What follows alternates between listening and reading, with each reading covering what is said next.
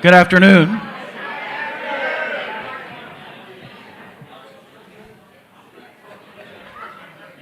Good afternoon.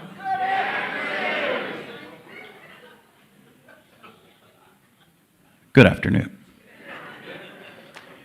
Welcome to Lunch with Books. My name is Sean. I'll be your host. If you're standing, see if you can find a seat. We want to keep that ramp clear for in case someone needs it. You're welcome to come down here and toward the front. We have a couple of chairs, I think. You can even sit on the stage stairs if you want. Okay, welcome to our program. Couple of announcements before I start. We're out of books. We were out of books an hour ago. Yeah, if you need a book, there's this. You can scan the QR code, and there's one over there that'll take you to places you can buy the book. And we'll try to arrange somehow to get Mr. Kolibash back so he can just do a signing. But we'll see. That's up to him. Next week, we begin our Black History Month programs. The first one is called Affrilache. It's a coffee table book of photographs by a gentleman from North Carolina. And then we have the Ann Thomas Memorial Lecture, and this will feature Dr. Betty Kilby, who will talk about desegregation of schools and her journey and Ms. Thomas's journey here in Wheeling. This gentleman, Mr. Kolibash, is everyone all right? All right. Spent 20 years in the Northern District of West Virginia, first as an assistant and then as the sitting U.S. Attorney, prosecuting all manner of crimes and criminals ranging from old-school moonshiners who operated a massive marijuana ring to sex traffickers, violent Jamaican posses, major drug dealers, and you know the story, Paul Hankish, the Hare Krishna. He's going to tell you all about that today, and that's what the book is about. So please welcome Mr. William Kolibash.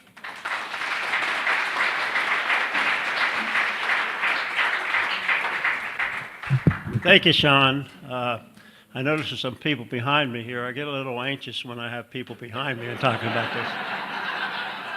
But I assumed everybody's passed through the metal detector and done and all that kind of stuff. Okay. Well, I'm glad you all come out and welcome to see all you. I have a lot of good friends here. Some of my staff who contributed to what's in the Justice Never Rests are also here. And again, it's a real pleasure to see everybody here. The question I get asked the most is, how did you come about writing this book? And I wrote the book along with Jon Land, an author from Providence, Rhode Island, and my daughter, Shariane Taylor. The cases in the book, in particular the local cases, that obviously got a lot of media coverage. And I was approached by many people saying, you ought to write a book. And that included some of the cases that are in other cities and other places in the Northern District. And Tom Burgoyne, partner Dick Ferde is here, so we do have, a little too close. And we always talked about it. And can you hear me? Is that better? Okay, I need to be closer to the mic. Okay, that's better. And Tom and I, made a contact a couple times with some people and really never got off the ground. But what is interesting, and I always throw this out, what does an all-state football player at Wheeling Central and Mike Young, the Hall of Fame coach, have in common with Justice Never Rests? And the all-state football player was Curtis McGee about 4 or 5 years ago. Well, Curtis got accepted to Brown University, and I'm a Brown University graduate. And Mike called me and said, do you have any connections up at Brown and to help Curtis out when he gets up there? And I said, let me see. And I talked to one of my fraternity brothers, Bill Meckel, who was pretty much involved in Brown University athletics in lacrosse, and I played lacrosse at Brown also. And so Bill said, let me get you in contact with this guy named Jon Land. Jon was an author who wrote about 60 books on criminal cases, actual criminal cases. And also he was kind of a consultant for the football team. So I told him Curtis was coming up and, help him out with things when he gets adjusted up there. And so Bill also told Jon Land about some of my cases as a U.S. Attorney.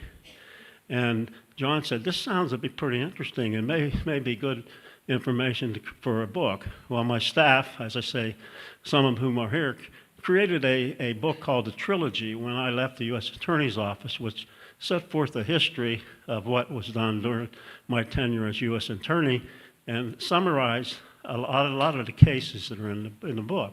Well, I sent that to Jon, and he said, this is great stuff, and we're going to do a book. And I talked to my daughter, and she said, this is fine, I want to get interested. My daughter's a corporate attorney in Pittsburgh, and this is kind of a side effort for her. So that's how it got started. And I said, well, we need to find the material for the book. Well, fortunately, Fawn Thomas, and I don't think Fawn is here, she was my secretary. Oh, Fawn is here. I didn't see her come up. The whole staff came up and Fawn did. Now I'm really concerned about people sitting behind my back. And so I sent that up to Jon, and as I said, he said this was very excellent for the book. And Fawn packed my boxes that were in my office. She put every piece of paper that had my name on it in a box. And so I have all these stacked in my office at my law firm, and I start going through these things. And also in there are a lot of the court documents from all these cases that we had, some investigative reports, just a gold mine of material for this research. And there was also a lot of media coverage. And my daughter and Jon Land are really excellent researchers, so they were able to uncover a lot of information. So what we would do, we would meet on a Zoom call, which was my first experience with Zoom, and talk about one of the cases. And we started with the Eric Walton case. Eric, a local drug dealer in Wheeling here. And we would talk about it, and we would give the information to Jon, and Jon would write it up and send it to me and Sherry, and we would edit it. And then once we got it in the final form, that would be chapter 1. And we just went chronologically. And the Walton case was when I was an assistant, and it was the first big marijuana case in the 70s, and of course drugs were just starting to surface there, and we were able to trace the source of the drugs back to Mexico, and really was basically the start of the cartels in Mexico. And everybody else pled out in the case except for Eric. He wanted to make a name for himself, so we went to trial, and it was trial was covered in Elkins, West Virginia. And in the book, you'll see there's 300 pounds of marijuana that were used as evidence in the case. And one of the, I'll say, characters in the case was the sheriff over in Belmont County. So that was an interesting individual there. So we moved on from there, and that case was kind of investigated by DEA, normal type of investigation. And we moved up to Hancock County because there was a lot of activity in Hancock County traditionally in the gambling area. And what happened up there is, before I joined the U.S. Attorney's Office, the federal investigators dismantled a pretty large gambling operation up in Chester. But then that resurfaced in Hancock County in the late 70s when Ron Donnell was elected sheriff. He was approached by one of the former participants in the gambling operation up there that if he wanted to take bribes, he could make a lot of money. Well, Ron Donnell contacted Tom Burgoyne, and we started an undercover operation with Ron posing as a crooked sheriff. That operation was run out of that was really my first touch of organized crime. That was run out of Pittsburgh by an individual named Jojo Pecora, and eventually that led to indictment of, I don't know, a dozen or so individuals, including the prosecutor on bribery charges. And what's significant about that case is the statute that was used to prosecute the case. And that's one of the themes in the book, and it's the Racketeer Influence and Corrupt Organization statute called RICO. What you have there is, like in the Hancock County case, you had a bunch of different types of crimes. You had bribery, you had extortion, you had the gambling operation, things of that nature. Normally, you would have to prosecute those cases individually. But under RICO, if you have an organization, and it could be any type of an entity, it could be a group of individuals, which it was in the Hancock County cases, and if they are committing crimes, a group of crimes, you can combine that in one case and then prosecute the case as under the RICO case. That had not been used very much in the federal system, and that prosecution was one of the first types of prosecutions that was very successful in that type of group in the United States. So we had a tool as far as how to prosecute cases that involve different types of crimes. The next step is, how do you investigate these cases? In the Walton case, Karen Pappas, who was a member of the organization, one of the organizers, cooperated with us and was our key witness. And of course, in the Hancock County case, we had Ron Donnell, and we also had the state police who worked undercover. So we had cooperation there with state and local authorities. So that's another investigative technique. So we have the IRS doing cases. And at that time, nobody wanted to work with the IRS on criminal cases because there was so much red tape involved with the IRS.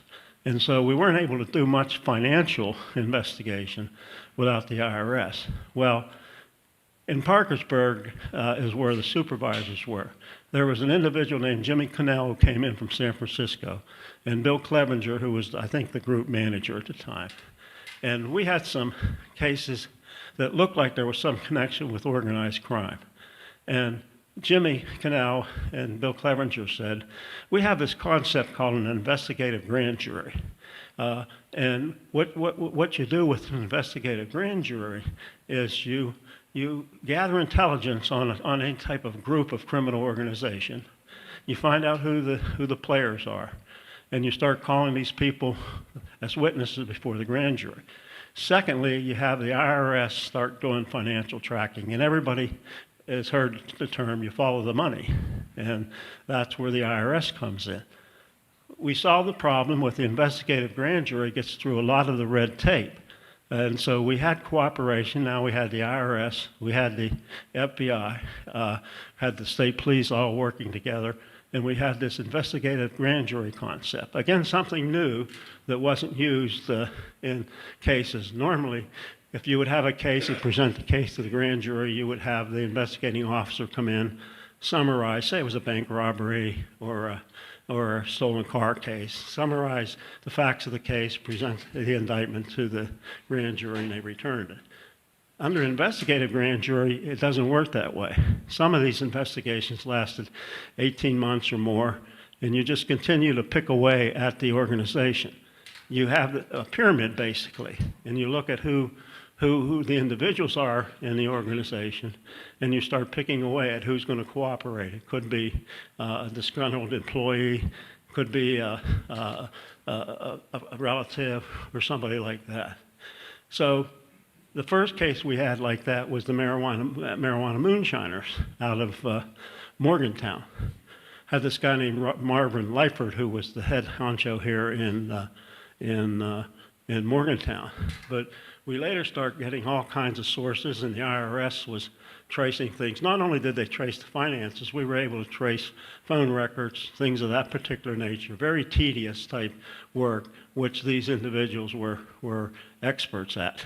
So in the Lyford case, we had all the documentation of finance, and we traced that back to North Carolina. And the individuals in North Carolina were a group of former moonshiners. And what had happened in the early 70s, late 70s, early 80s, is the moonshine business was going out because the price for ingredients for moonshine were out the roof, and it wasn't profitable. So these groups turned to growing marijuana. They were seizing more marijuana fields in North Carolina and places down south than they were sills. So that case was a success with the investigative grand jury and the task force approach. So now where do we go from here? Well, there were some bad actors in central West Virginia, and probably the most prominent one was an individual named Carly Gallo. And Carly was in Morgantown, and I don't want to give away a lot that's in the book there, but if you read the first chapter, actually the first paragraph in the section on Carly Gallo, you'll see how things started out in the book and why we focused on him. And that investigation went for like two or 3 years.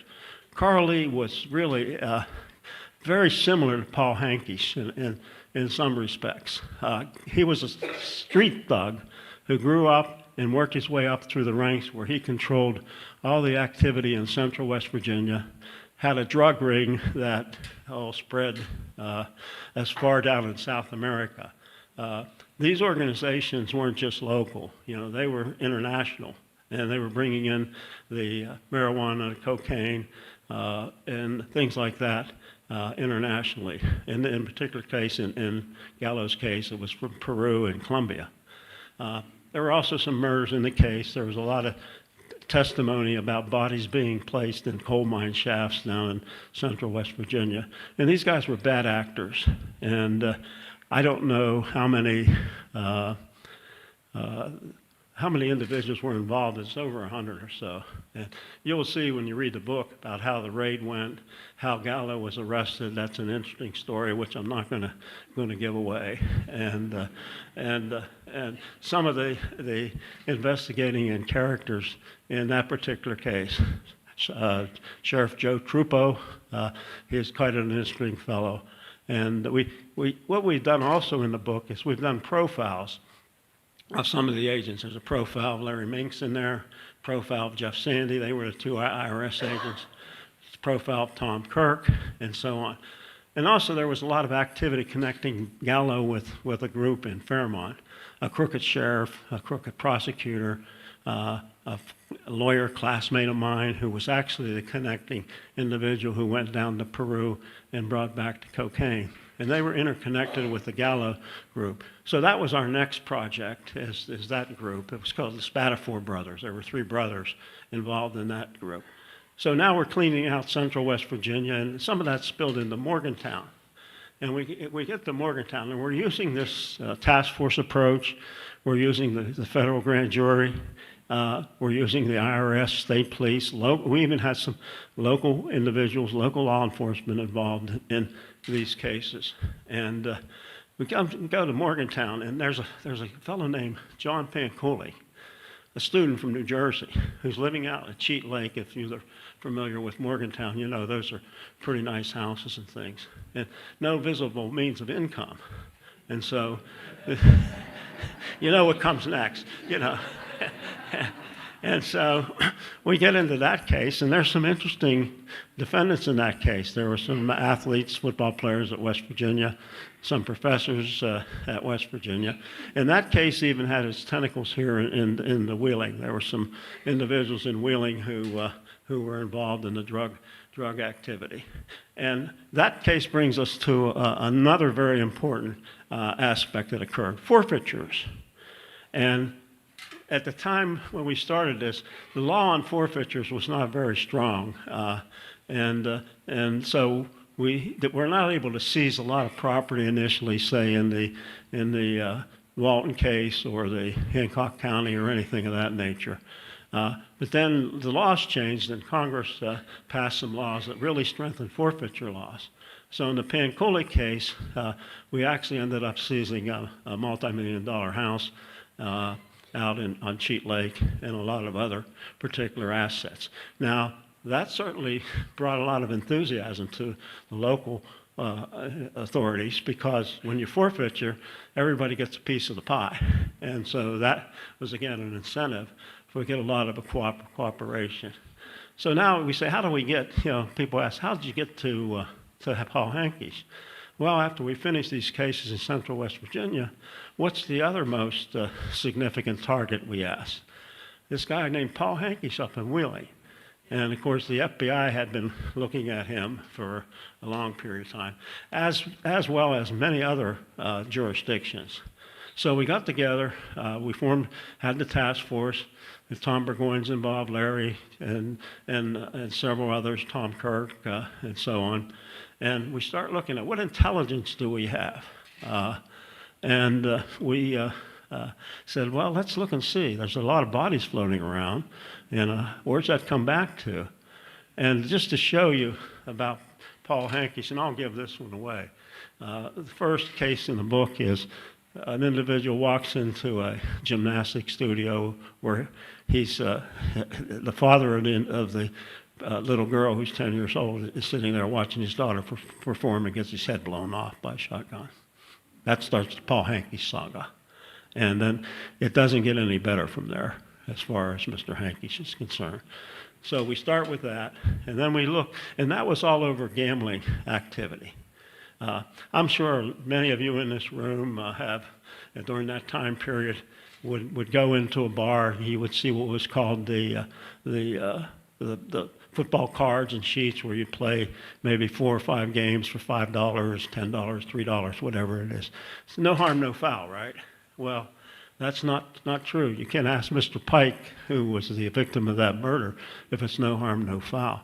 That was the connection with, this was over in Uniontown, and there was a connection with Uniontown, and there was an individual named Snooky Walls who was involved in gambling operation in Uniontown, knew all the characters over there, but also knew some of the characters here in Wheeling, because he had done time with a guy named Jimmy Griffin and some of Hankish's henchmen.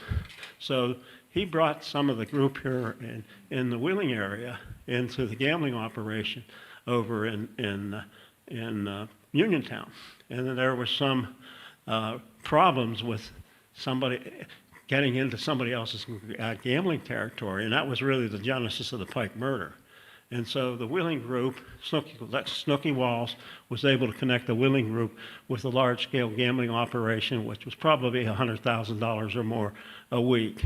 That was just on the football cards. There was also betting on football games and things of that particular nature, which was well into the 6 figures. And this gambling group was up and down the East Coast. We had witnesses from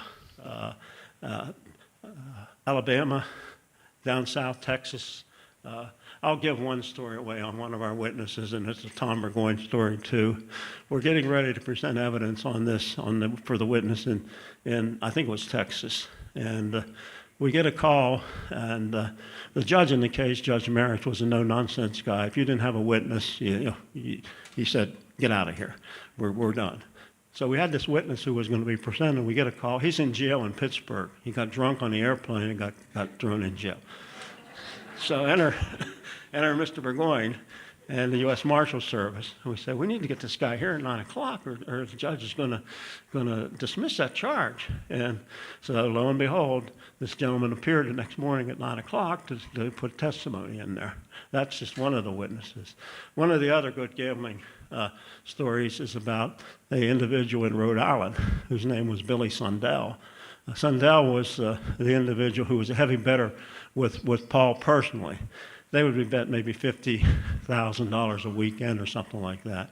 And when the amount got to a certain amount, $50,000, $60,000, that's when they paid off. Well, Mr. Sundell owed Mr. Hankish some money, and $50,000, I think it was, somewhere in that range, and didn't pay.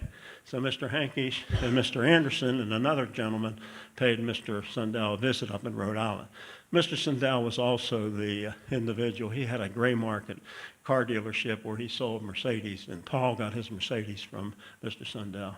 Well, they walk in, and they're going to rough up Mr. Sundell. collect the money, start banging his head into the wall, and then finally Sundell makes a deal where he's going to pay. Well, Paul felt bad about it, so he was going to help repair the office building, hired a local contractor here, B.J. Thomas, to go up there. B.J. testified that when he went in there, it looked like they were using his head as a stud finder. So that's so that's another example of how Mr. Hankish handled people who owed him money. Now, Hankish, and I know most of you are interested in that particular case, since everybody, since there's a lot of familiarity with Mr. Hankish. So we start this investigation. As I say, we had all this intelligence. We had wiretaps from Pennsylvania State Police. We had some local wiretaps. We had a lot of other intelligence. We also had intelligence from Florida. And in Florida, there was a vice squad down there. And they were not undercover, but they would monitor a lot of the guys from New Jersey and place would go down there. So they would monitor these people, and they'd keep an eye on Paul, and when he was down there. And one of his characteristics was he always drank ice with his beer, so they knew who he was when he was down there. And and I'm going to give away another story here on how we developed evidence in the case. Paul was going to his place in Florida, and he's in his wheelchair, and he's going down a grade, and his wheelchair gets away from him. And the surveillance guys run down, stop the wheelchair falls over, a little booklet falls out of Paul's pocket, which the agent picks up. It has all his customers, all his gambling activity, and all that stuff in it. So that was a pretty good piece of evidence. Now, we go to trial with Paul. That was a trial with a judge. There was no jury in that particular case. For some reason, Paul waived a jury. I was never told the reason why. And we're going through the trial. We're presenting all this stuff about murders and things like that. Probably 3 or 4, and there were more that we really didn't have the evidence to present. And nothing happening. Paul was there. He wasn't going to. Didn't seem to bother him at all. And then we get to the point where we start talking about the drug evidence. And we have probably 3 or 4 witnesses, and we're presenting this drug evidence. And then Paul is getting a little anxious there because some of the things coming out put him in a very poor light, not only from using drugs, but from doing other activities that he would not have been proud of. We have an individual named Donnie Clark, who was one of the key sources for Paul's, who was on the stand. And Donnie had been cooperating with us, was doing a lot of business, cocaine business with Paul.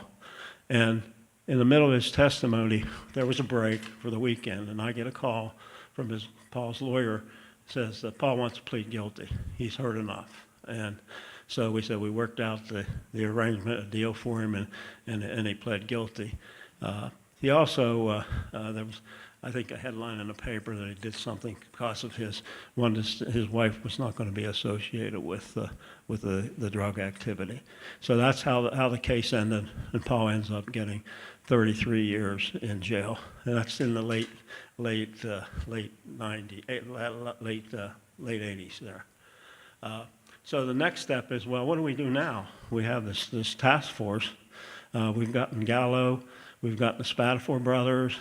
We've gotten Paul Hankish. What else is going on up in the Northern District of West Virginia?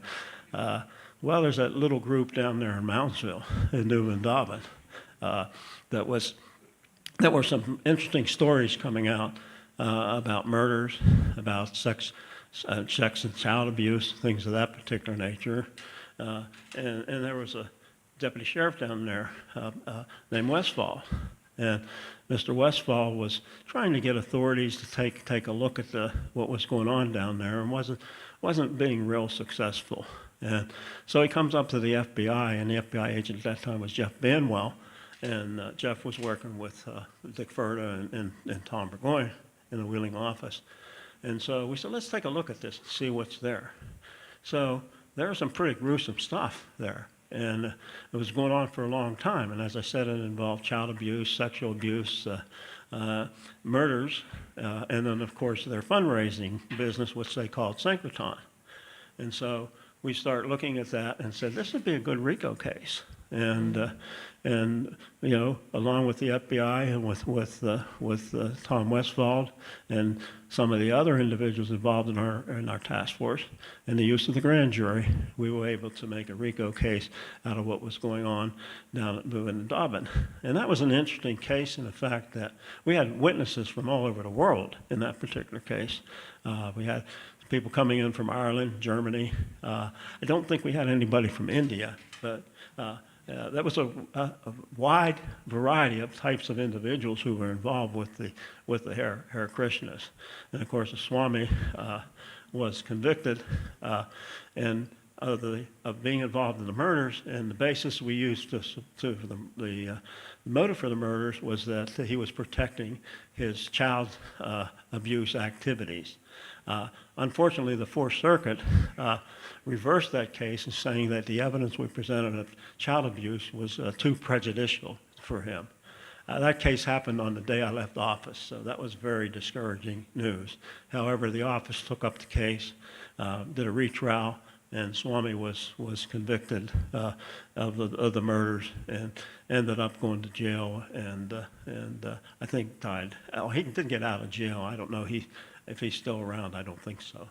So that's how that case came about. There's a lot more detail I could go into, but we only have an hour, and there's a lot more stories. But I don't want to give away the book. You won't buy it.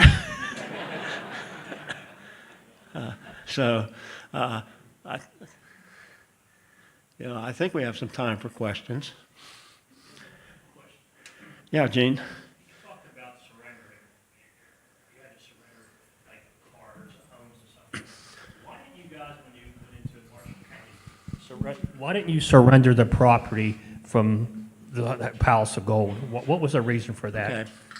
When you do a forfeiture, when you're the federal government or anybody, if you buy any forfeited property, you buy it as is. So you're responsible for whatever's on that property. Now, if there's some environmental hazard or something on there, it's yours. So, for instance, if you buy a property on which there was a gas station and there were tanks under there, those tanks leaked, and you have all that pollution in there, you have to clean that up. When we went out and surveyed the property out at Newman Dobbin, we found that it was an environmental nightmare. What they had done from when they were running their business, printing up all the paraphernalia, there was paint, all those kinds of things, which was dumped out there. We know there were bodies buried out there. They did not report when somebody died, not criminal type, but when somebody died, there were criminal types, but when somebody died, I think they just buried them out there. Animals and all that kind of stuff. So if we'd have forfeited that, the government would have been entitled to, would have been responsible for cleaning up an environmental nightmare there. Of course, we didn't know at the time that they had multiple gas and oil on there, so that would have, so that's what would have taken care of the bill for the environmental cleanup. Another reason why we didn't do this is in the Gallo case, Mr. Gallo owned a taxi company called United Taxi, and it was run by his sister. And they used United Taxi to distribute their methamphetamine. So we seized the taxi cab company. And the morning we're getting ready to see what's going on, I get a call. Our main mechanic's in jail on a DUI charge. We can't find any, all the cars were, all the taxis were in bad repair. And I'm standing on the steps of the Clarksburg courthouse, and this lovely lady comes up and sees that cab going by. It was a green cab. They're the worst operation in the world. Well, they ended up in bankruptcy, and we headlined in a Philadelphia newspaper. U.S. Attorney runs a taxi cab company in a bankruptcy. So, I have two. Plus, none of my assistants wanted to be part-time taxi drivers. I have two other questions for you. Did you have an issue with Judge Maxwell? Yes, I had a big issue with Judge Maxwell. And the other thing, I wanted you to tell me what the issue was, if you would. And the other thing I want to ask you was, did Hankish send you over a drink at a bar somewhere? Did what? Did Hankish send you over a drink at a bar somewhere? No, that was Tom Burgoyne. Okay. Up at the Esquire Club. Okay. Right. And Tom sent the drink back. And what was the issue with Maxwell? I I don't know specifically, but I don't think he liked me very much because I don't think Judge Maxwell understood the Constitution, that there's a separation of power, that the executive and the judicial branch are separate, and that the Judge Maxwell doesn't run the U.S. Attorney's office. And I had issues with him on other types of cases. He did not like gun cases. He didn't like stolen car cases and things like that. And so he kind of obstructed everything that we tried to do. And we had a team in the appellate office at the Department of Justice that was assigned to us. And every time he would do something, we would appeal him, and he lost. He never won a case in the Fourth Circuit Court of Appeals, and we prevailed in every case. And probably the most difficult thing is when we were investigating the Krishnas, we needed a grand jury for that, and he wouldn't give it to us. So there's a provision in the U.S. Code that the Justice Department can certify that a grand jury is required in an organized crime type case, and the judge has to convene it. I got the certificate and submitted it to Maxwell. Maxwell refused to convene the grand jury. I had 3 deputy attorney generals, Bill Weld and a few others, sign that certificate 3 times. He refused, so we went down to the Fourth Circuit, and there's a provision called a mandamus where you can get a court can force the judge to do something. We got a mandamus. He knew he was going to get forced to do it, so he convened the grand jury. So that's how the extent that we had to do. Another thing that it's in the book, and I don't want to give away too much. We had his law clerk's doctor under investigation for drug activity, and they were looking at the grand jury every time we called someone to find out who we were calling the grand jury. And it's in the book that there was somebody that said that Maxwell was going to get rid of me and that case would go away. What's that? Yeah, that was an interesting challenge.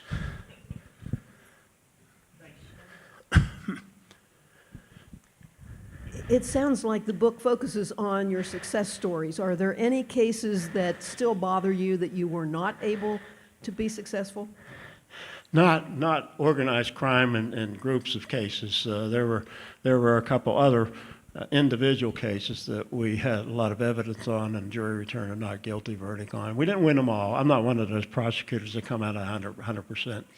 If you haven't lost a case, you haven't tried cases. Like one of our former politicians who just ran for office. I won't say which one.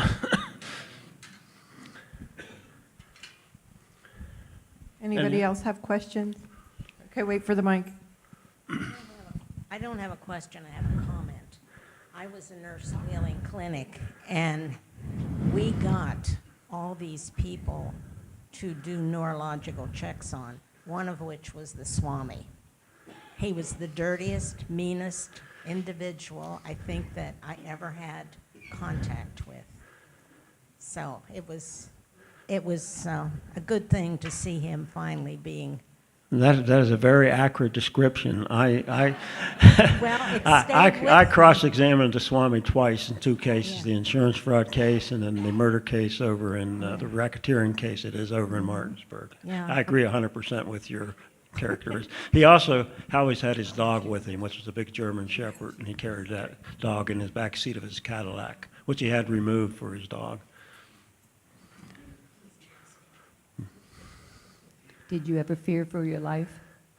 I get that question all the time, and you don't have it. No, not really. Even though, as the book starts out, the first thing in the book is it was a bomb. So, but you can't let that disturb you. There was some rumor floating around. I don't know whether it's true or not that Hankish put a contract out on me and Tom Burgoyne, but Jesse Henderson said no. I don't know if I believe that or not.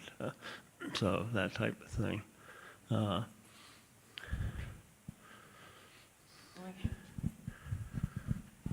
So related to that, we had an online question, which was, did you get any protection for doing such a dangerous job? Well, I had Tom Burgoyne always hanging around me, so that was right. And then there was a state trooper who's in the book, Big Bob Cunningham, and when we go on raids and stuff like that, Big Bob was always with me. So there were a few other of the, if you saw the agents and you saw where they were around, I think that was enough that I needed. Anyone else? Way over there. Okay, put your hand up so I can see you. Hand up, please. Okay, I'll be, Use the mic so people can hear online. Did you ever investigate Charlie Maroon? No, we did not find any connection with Charlie Maroon and Paul Hankish. Charlie ran a truck stop up in right across the Pennsylvania state lines. The only case we had connected with that was an individual prostitution case where we had a report that Jesse Anderson was taking a prostitute up there, and we did prosecute that case, and it wasn't related to the prostitution case and Trulio and things like that. We did convict Jesse in that particular case. And Jesse, when we were trying to get him to cooperate, said, "I could come back from the prison, but I can't come back from the grave, so I'm not telling you anything."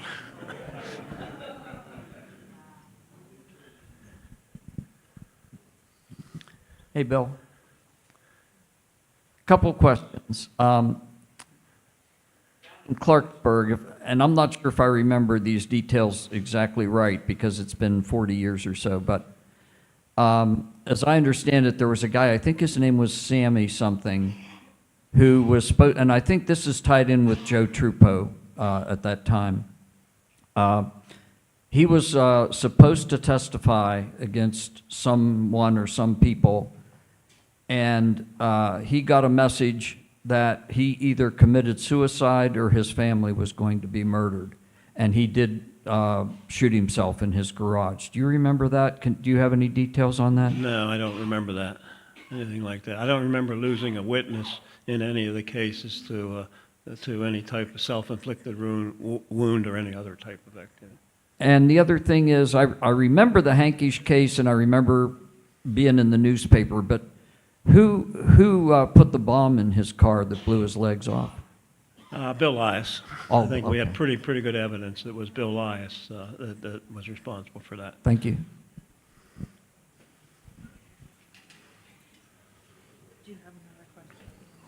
Yeah, I have one final question. Of all these crazy guys that you were investigating and always looking around your corner, which one made the hair stand up on your neck the worst? Thomas Drescher. Thomas Drescher, who was the hitman for the prisoners, and Rodney Hamrick, who's the guy that sent me the bomb. Both of those guys, of course, I saw Hamrick when I testified in a trial, and he was the most evil-looking person you ever see. Thomas Drescher, and Hamrick, when he sent the bomb, made that when he was in the jail. And he had a whole history, and it's set forth in the book, his history of what he did when he was in prison. He would be capable of assassinating, a public official or anything like that. And Thomas Drescher, when you read the book and see how he committed the murders, you'll understand why he was probably the most, he was one of the worst of the worst. Yeah. Bill, this isn't a question. This is a story. When they blew Paul Hankish's legs, I was within a half a block of that. And DB was a baby, and I was standing in the kitchen, and the entire house shook. The windows shook, the house shook. It was a real bomb. It was frightening. Yeah. When you're talking about that, I want to give a shout out to Steve Novotny. Steve and I have been working together for, I don't know, 5 or 6, 8 or 9 weeks, and Steve's doing a series on his lead. Read the first story he's had out, and that'll explain to you everything. And Steve, as I say, we've been working out. Steve is going to be, I think he has one more series left, and you'll find a lot of interesting stuff in there. Steve discovered a lot of stuff, and we worked together in putting those things together. So it's on his lead LEDE, and you can read and find a lot of good stuff on there that's not covered in the book. Steve has taken a perspective of looking at it from the culture of wheeling, and it's really an excellent article. He has the witness who was there. He also has a witness who saw the car and all that. He has, I won't give away, Steve, Steve's back there. I won't give away your whole series there, but. Any other questions?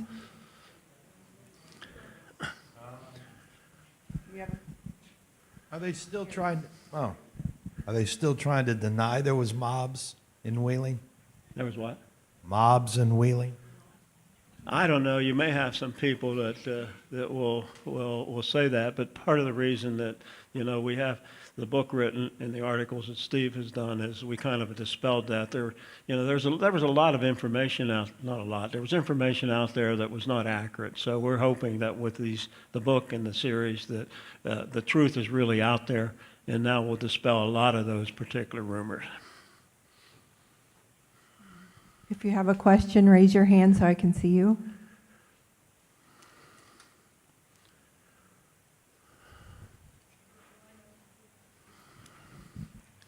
Was Judge Maxwell ever investigated? I might want to take the fifth on that, but it was very difficult to investigate a federal crime. The answer to that question is yes, but it was not by our office. And that's in the book, and that's one of the reasons he was, I think he was so obstructionist. He was investigated, of course, the FBI, who did the investigation, came up with nothing. But one of his staffers took a lie detector test and came back inconclusive on taking some bribes and stuff like that. It's all in the book. It's in there.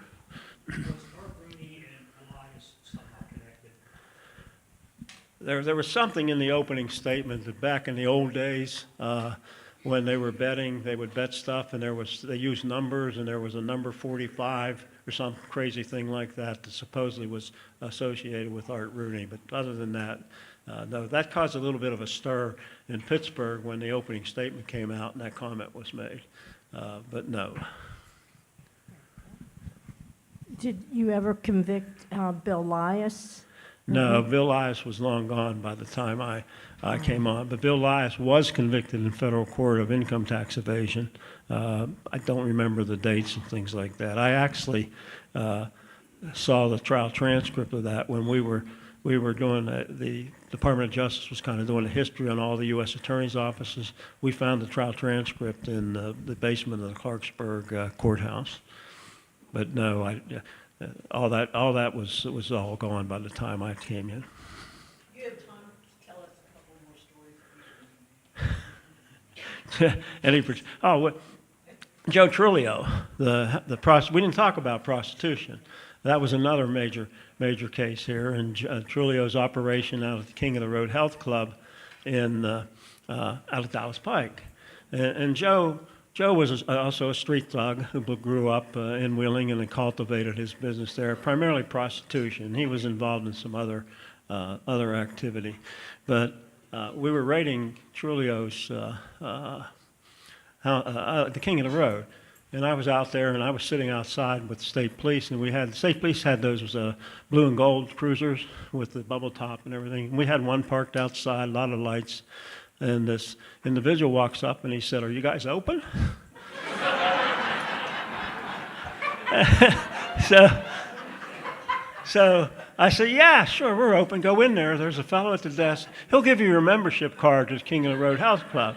Well, what he gave him was a subpoena to appear at the federal grand jury in Elkins. Finish talking, and then I'll give you the mic. Thank you for your talk today.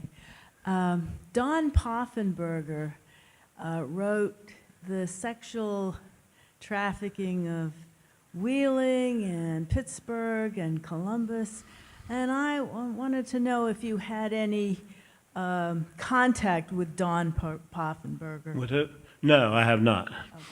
And most of what we're talking about was the prostitution business out of the King of the Road, things that happened down in South Wheeling, the historical 2224 Water Street bit, the 24 houses of prostitution down there, that type of interstate transportation of females for sexual activity. That's kind of what we were looking at. And of course you had the abuse at the Krishna, but that was child abuse by the swami. What was your opinion about I think George took a lot of literary license with things he put in there. I don't, and George was a very close friend of mine. I grew up with George and knew him pretty well. But I think George exercised a lot of literary license in some of the things he wrote in there.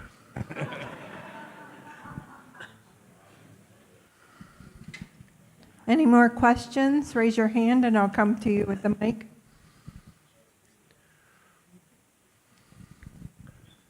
Okay, and for those of you who didn't get a book, there was a QR card up here that you could take a picture of with your phone, and you'll get your book probably within the next couple of days from Amazon. Did Paul Hankish on a submarine to bring in drugs from Panama? Yeah, I think that submarine was in George's bathtub or something like that. I have not seen any submarines on the Ohio River. Maybe I take that back. I think they had a display of some World War II submarine up there at one time, but I don't think there was any cocaine on it. Any other questions?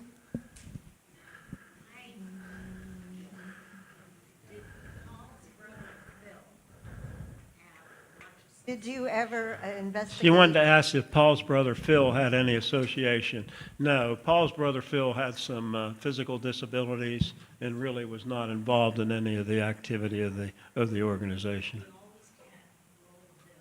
Yeah, probably given by Paul, but he had no connection with any of the criminal activity. Did you ever investigate Yikes Lacondas? Who? Yikes Lacondas owned the Menu Bar and Grill? Or was that before What was the bar? Yikes Lacondas, did you ever investigate? Yikes. Yeah, I know Yikes, and knew of him.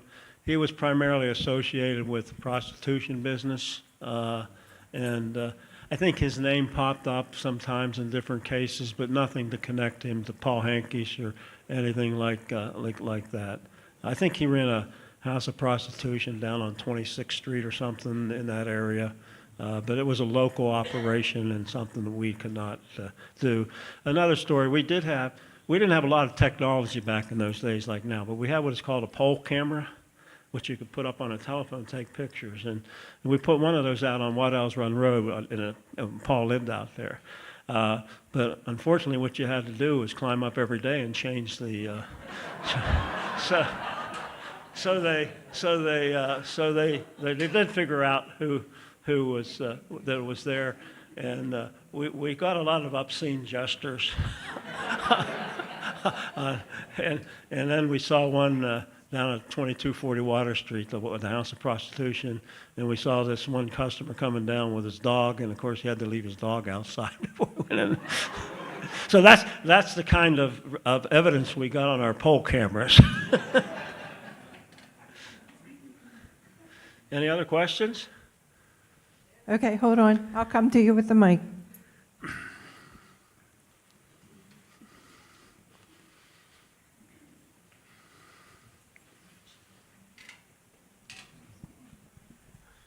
Did your family ever ask you to quit your job? And how did you help? No, but my wife and kid, and you have to, my daughter's here, and get a copy of Steve's WeLink. And there's a story in there, Daddy and his daughter. Okay. And that'll give you some insight on the And the other question was, how did you help prepare, protect them from things that were going on and things that were making the news, whether it's paper or TV? Well, one of the things is, I don't know if you all remember, there was a councilman named Clyde Thomas who was a good friend of mine and joked around. And every time we were at a social event with Clyde or anything, I'd throw him my keys and say, "Here, start my car, Clyde."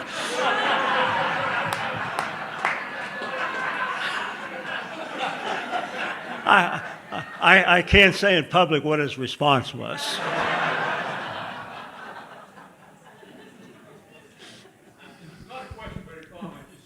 One moment, please.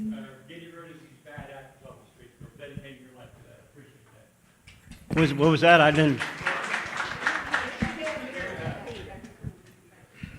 I said, I don't have a question to comment. Thank you for getting all these bad actors off the street and keep the place safe. I appreciate that. Well, I think what you got to do, Toe, is give a hand to my staff, and I say many of them who are here. I know Dick Furtis here, one of the agents, and you'll see the agents are in the book. They're the ones that helped make all this possible. It was a tremendous amount of work in there, and it was a real team effort. So I think we ought to give them a round of applause.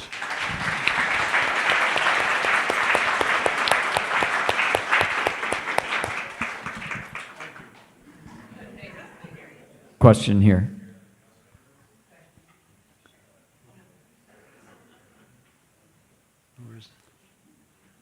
This is a question you may prefer not to answer, but I'm just curious. Do you have any comment on what's happening with the FBI in the last couple weeks? I do, and I'm very disappointed.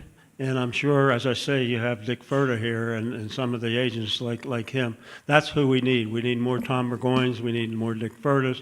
We don't need those people up on the 8th floor of the FBI in D.C. who are all politicians but not law enforcement officers.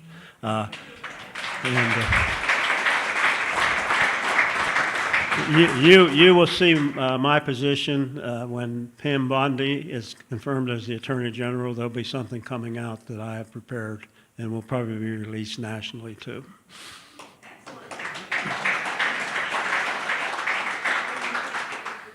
Okay, we have time for one more question, so raise your hand nice and high for me.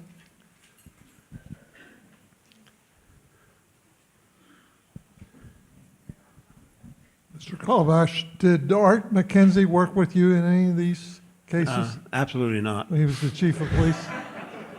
No, no. There were some issues there, and which we won't get into.